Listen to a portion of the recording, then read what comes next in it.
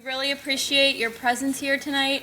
We're looking forward to your questions, and we want to give a special thanks to our 211 East Region team members over here, Patricia and Trish, who will be speaking later on in the presentation. These two are the ones that take the calls, and they run the database down in Lancaster, and so we're very thankful to have them here. They'll be able to shine some light on some questions you may have regarding our region tie-in. So I'm going to just start a little bit by talking about why Schuylkill United Way had an interest in activating 211. I'm Michelle Hollabora, and I'm Director of Community Relations for the Schuylkill United Way. My 2-year anniversary was last week, I think, and in the 2 years that I've been with the Schuylkill United Way, one thing I can say is we get lots of calls. And for anybody that knows what the Schuylkill United Way does, you know that we support partner agencies in the community. We don't directly give funds to individuals. And so we were getting calls consistently about rent, about utility needs, and we were unable to do anything but refer. And we at the Schuylkill United Way are the first to admit that we are not information referral specialists.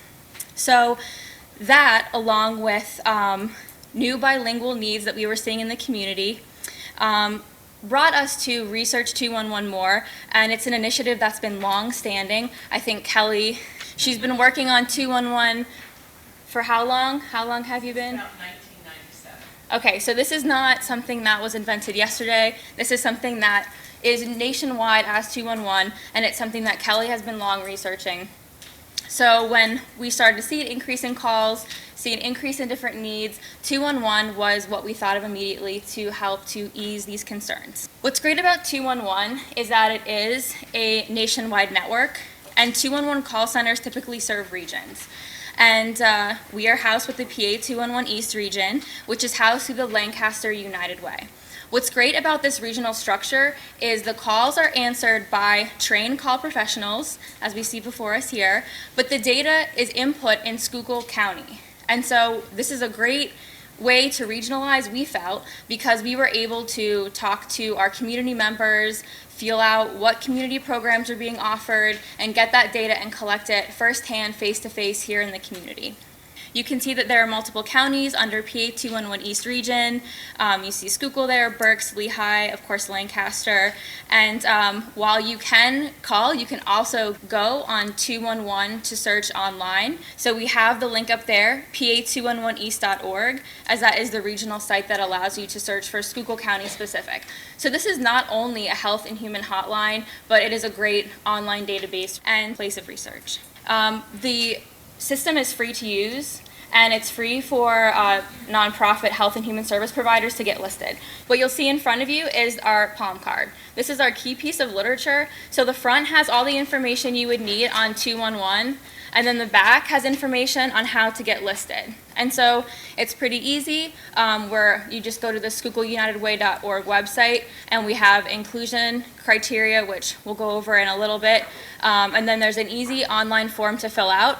If anybody has a nonprofit that they wish to get on 211 and you find the online form not easy, then you can call the office. My name is Michelle. You can ask for me, and I can walk through it with you and make sure that any information about your organization gets into 211 as you'd like it. And as I said before, it's free to get listed. The Schuylkill United Way is hosting this. We are growing our community partners, and really, we are the one-stop shop resource for any questions that you may have. The Schuylkill United Way office number's on here. Please feel welcome to call us anytime as you're exploring and figuring out, how to get your organization in and the different programs that you want to highlight in the system. One thing we want to mention on this slide, how do you use 211? You can advise people to dial in 211 from your cell carrier or a landline. We have the pa211east.org website, which the link is available here. You can go through that and search, and we'll actually bring up the database in a second with Trish and Patricia. And then finally, we have an additional dialing code. So should you find from your office, if you are a nonprofit who often refers people, should you ever have someone call and say, 211 did not work from my phone? Or should you ever personally experience that 211 didn't work from your phone? you can call this alternative number, which is listed at the bottom of the slide, which is 855-501-6785. And that number is also on all of the palm cards. And the reason that we have that is because some phone providers haven't yet coded this in. It's rare to find, but we have had an experience with our own Schuylkill Community Action, for instance.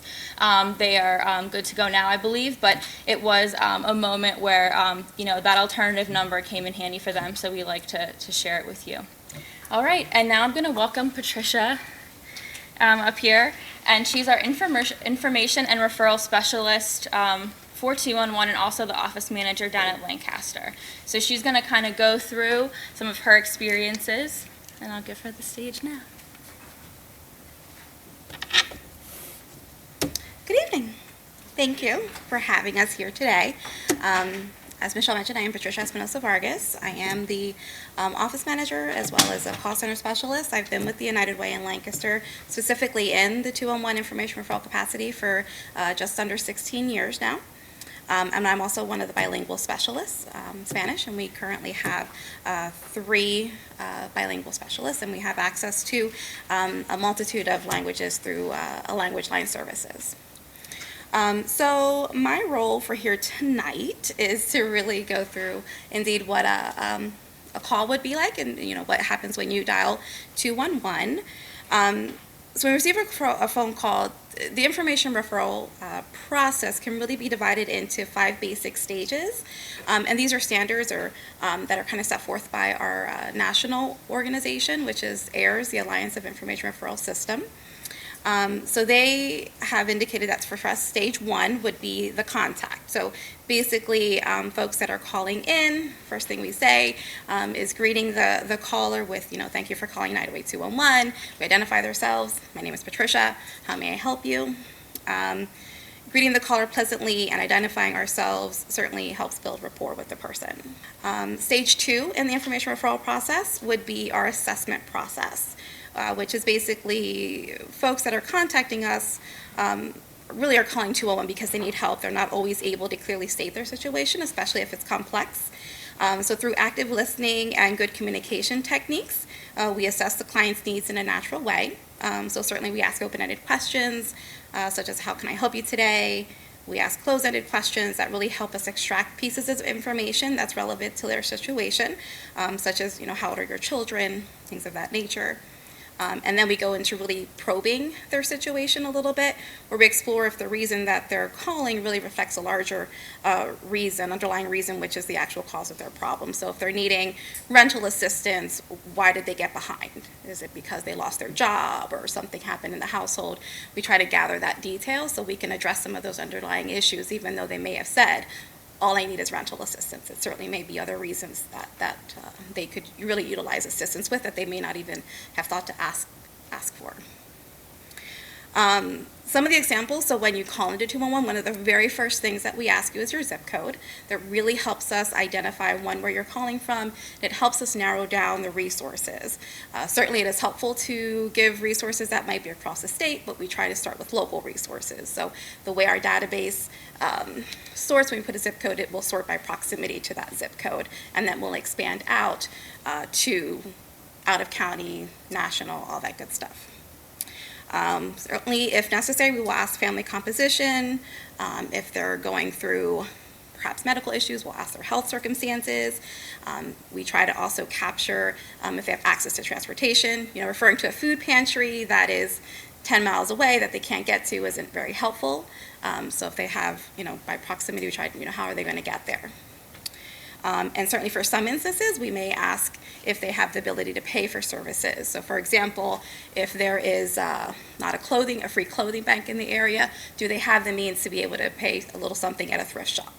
So we may ask a little bit of that detailed information.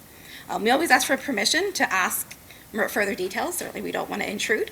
So we get their permission that they're willing to share a little bit more detail with us.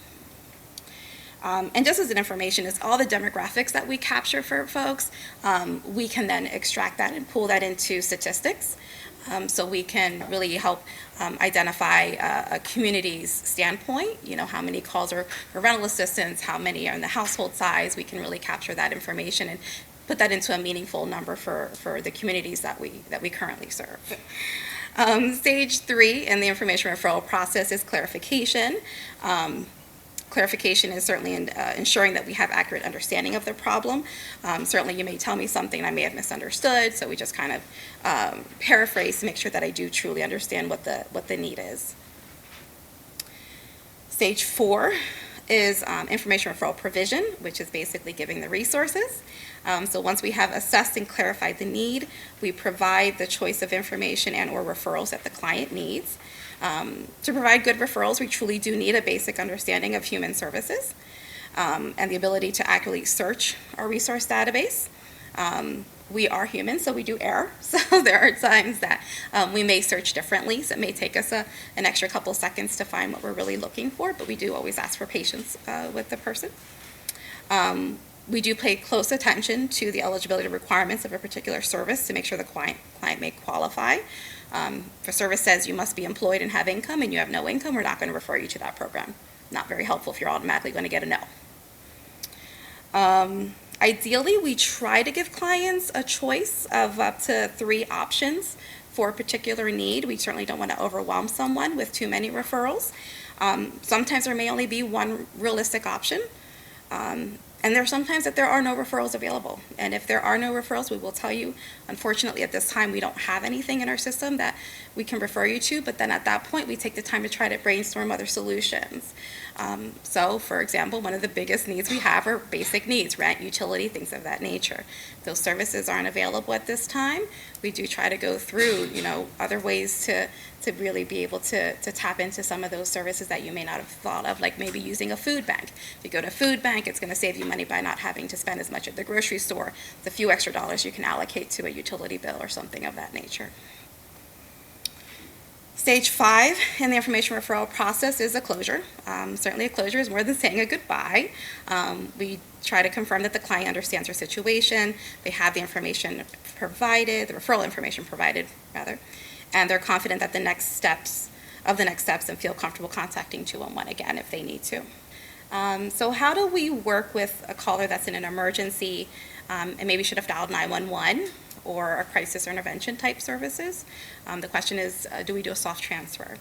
So certainly, first and foremost, we will, when we identify that there is a crisis of that nature that we are not the experts in, we will ask if the caller would indeed follow through with calling a separate phone number. So we will ask them, will they call 911? Will they call their crisis intervention?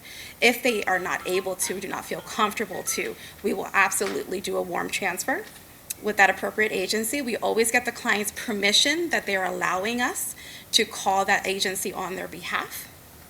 And that isn't always necessarily have to be for a crisis or a 911 service. It could be to another agency. We will often do advocacy services as well if they feel that they're not able to call on their own. And certainly once we start the warm transfer process, once the agency picks up, identifying who we are, who we have on the line, we'll then bring that caller in. I know personally I've done that a few times, and sometimes I've stayed on the call with the client for a little bit, and other times it's okay, you're set with that agency, and then I sign off immediately. Just depends on how the call goes, and what the client is comfortable with. Do we follow up with callers? In the past, we have followed up with callers more on occasion. However, we are in the process of implementing a more formalized follow-up procedure so that will be completed more regularly. Right now, we are starting with emails that come through our Pennsylvania 211 East, PA211east.org website. We have a contact form. Folks can email us with their questions or needs. So we're following up with those emails to see if their services were met, that sort of thing. So hopefully I think our timeline is by the summer, we'll have that more formalized process that we'll actually be able to follow up with callers that actually call in once we get their permission that they're going to allow us to follow up with them. But with anything, we must have their permission to do so. Success story on how 211 assisted someone with multiple levels of need. This is interesting because it's actually a call I did take a couple of months ago. A gentleman called from Schuylkill County and informed me first and foremost that he was a veteran and he needed rental assistance. So while his immediate need, that's all he said is he needed rental assistance. I immediately began searching for veteran at-risk for homelessness programs and was able to refer him to Opportunity House's Supportive Services for Veteran Families program. He had never heard of that before. I did attempt to refer him to other local rental assistance programs such as the Catholic Charities, Salvation Army, Schuylkill Community Action, that sort of thing, but he had already been in touch with those organizations. So for some, that might just be the end of it, but that was not the end of it for me. I'm the talker of our call center. My talk time is always the highest every month of anyone else, so I go through as much detail as I can. So I just chatted with the gentleman and I asked how he was handling utilities and food. So if you're not able to pay your rent, I'm going to take an assumption that other things are certainly going on. He stated that his utilities were included in his rent and that his family had been helping him with food. So this was a couple months ago when LIHEAP was still open. I did mention to him that although his heat was included in his rent, he could still apply for LIHEAP. If he did that and was eligible, the check would come to him, and then he uses that to pay a portion of his rent. I then asked if he would consider applying for the food stamp, the SNAP program through welfare, and or going to a food pantry. He did indicate that he was willing to do that. So I referred him to the Department of Human Services Compass website. He had internet access at the time, so he was able to and felt comfortable going online and applying for those two benefits. And I also referred him to the New Life in Christ food pantry. I then mentioned if he had planned on filing his tax return this year, he had not yet thought how he was going to afford to do that. So I referred him to the Schuylkill Community Action as well to utilize their VITA services if he was eligible for that. And I ended the call, it was about 22 minutes or so, with telling him that certainly 211 is available 24 hours a day. So if there's anything that I could help with in the future, he was always welcome to call back. And what really resonated with me is certainly we oftentimes just get a thank you, appreciate your time, and you're on your way. But the fact that he took the time to say, I feel better already talking to you, that's all I needed. That was a job well done for me. Okay, we have Trish Hauser, Information and Referral Specialist, and she will be talking to you about the database. Hi, I'm Trish Hauser, like she said, and I am an Information Referral Specialist. I've been there for 13 years, I believe now, as well as the database manager for the PA 211 East region. I'm going to talk a little bit about how the database works, as well as how you can utilize the 211 search in your area. So Patricia touched on it, but the Pennsylvania 211 East is a member of a professional organization called the Alliance of Information and Referral Systems. They are the organization that developed the AIR standards, which are our foundation for service delivery and the prime benchmarks of quality of information referral. They also offer a professional examination that individuals who do information referral as well as resource specialists can take to get certified. The resource database is the focal point of an information referral service and the means by which people and the services are brought together. The database is a computerized body of information about community resources for a defined population. So in this area, it's defined by geographical area. In some areas, it's defined by like a particular group, such as aging services or child care services. Again, this is more geographical area and more comprehensive. The size and scope and the content of the database depends largely upon the goals of the information referral and the financial resources. In other words, it takes resources and number of staff to maintain that database, so that also depends on how large the database is going to be. The database is accessed in a variety of ways. It is accessed by the telephone calls with the INR specialists, online web searching, and also hard copy directories. The database is used in multiple ways and by various users. So agencies' own information referral specialists use the database daily. Individuals and families who are seeking assistance, professional and volunteers who are working in the human services field, government departments, libraries, schools, businesses, oftentimes their EAP programs will utilize the database. Also planners, funders, and policymakers. The resource specialist is the person who performs the duties related to the database maintenance. The person who does all the research and collection of the information, the person who enters, organizes, proofs, modifies the information to meet the guidelines. This is also the person who verifies the data for accuracy. Most importantly, the resource specialist is the link between the information referral service and the agencies in the community. An information referral database requires a clearly written criteria regarding what is included in the database and what is excluded. The policy allows resource specialists to objectively apply the criteria in evaluating new agency applications. The policy is documented and publicly accessible on the website. The policy tends to be very similar within information referral services. However, there are some gray areas that are handled differently to ensure to capture the changing needs of different communities. There are also collaborations between comprehensive and specialized information referral organizations that help to reduce duplicative efforts to ensure the community is provided with comprehensive information. For example, we don't list daycare centers in our database because the state mandates that Child Care Information Services has that information, so we will do a referral to Child Care Information Services for that information. And that way we don't have to double maintain it. Our database is a three-tiered system. So it's tiered, there's the agencies, the physical sites, and then all the services that are at those sites. Each tier contains fields of information that is required to meet the information referral standards. A style guide is an internal document that we use to outline how the data is entered to ensure consistency and the professional appearance.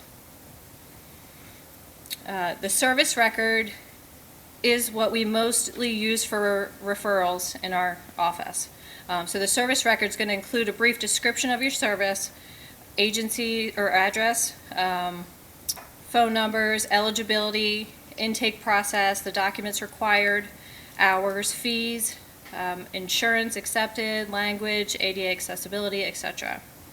The content in the service record should be written so it is easily able to be scanned by the information referral specialist. The first information referral service database essentially was a variation of handwritten recipe cards arranged in shoeboxes. The ability to automatically sort the data became difficult. Today, the information is computerized and organized by organizational name, geographical area, and indexing terms. We use the AIRS 211 LA County Taxonomy of Human Services, which has more than 9,000 terms divided into 10 service categories to classify the primary services that are entered into our database. In Pennsylvania, we actually use a customized list, which is a similar version but much smaller of the AIRS taxonomy to make it more internally manageable for our staff and help to be consistent with the indexing across the state. Okay, there's two methods of searching our website. The service search and the guided search. The service search allows individuals to search keywords, target populations, geographical areas, zip code, etc., to search for resources in the community. This search is much like a Google search, which often returns many searches that require a lot of sorting through. Because of this, the trend is now towards a guided search, which offers the user a visual choice of well-known categories, issues that relate to the most pressing needs of the community. Clicking on the categories presents a short list of secondary options to choose from. So if you click on About Us and then Database, and then you can either click here or begin your search, whichever. And this is what it looks like. This again is the service search. So again, this is what's going to give you the ability to search by keyword, target population, geographical area, zip code by zip code, so you can get the services closest to that zip code. Again, it's going to give you a lot more results. So if you put in food, for instance, for this area, it's going to give you everything from your food stamps programs to your food bank programs to likely the community meals. It's going to give you a lot of information to sort through, which is all good information and which might be helpful in some cases. The other option is to, let me go back to your website here, is to click on Schuylkill County, and then that's going to give you the guided search. So for instance, if somebody comes into your office and they are needing assistance with food, I'm just going to stick with food since we talked about food already, you can click on food, and that's going to give you a lot of options to choose from. So it's going to give you your food voucher programs, your SNAP program, your WIC program, if there's after school meals programs, emergency food clearinghouse, food pantries, if you're looking for formula or baby food, sack lunch or dinner, after school meals, free meals, any of those. And then what you do is once you click into a field, it's going to give you a list. And basically in that list it gives you your service name, your phone number, address. Usually it also maps them over here, if you can see. And that will give you how many miles from a certain zip code that you have put in there.